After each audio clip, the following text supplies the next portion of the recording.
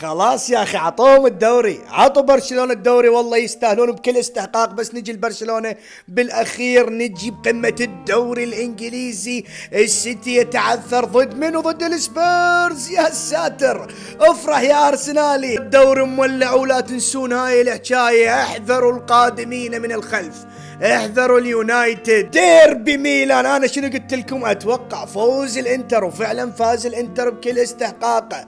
للاسف، اقولها للاسف، ميلان زرقاء الليله. الف مبروك الجمهور الانتر. تجي للبلوغرانا على المتعه. صحيح اشبيليه مو بايامهم الجميله، بس برشلونه باخر ايام جاي يمتعنا، جاي يقدم مستوى كحراسه مرمى، كدفاع، كوسط، كهجوم، مستوى فريق متكامل، عند العزيمه والروح، وهاي اهم اثنين.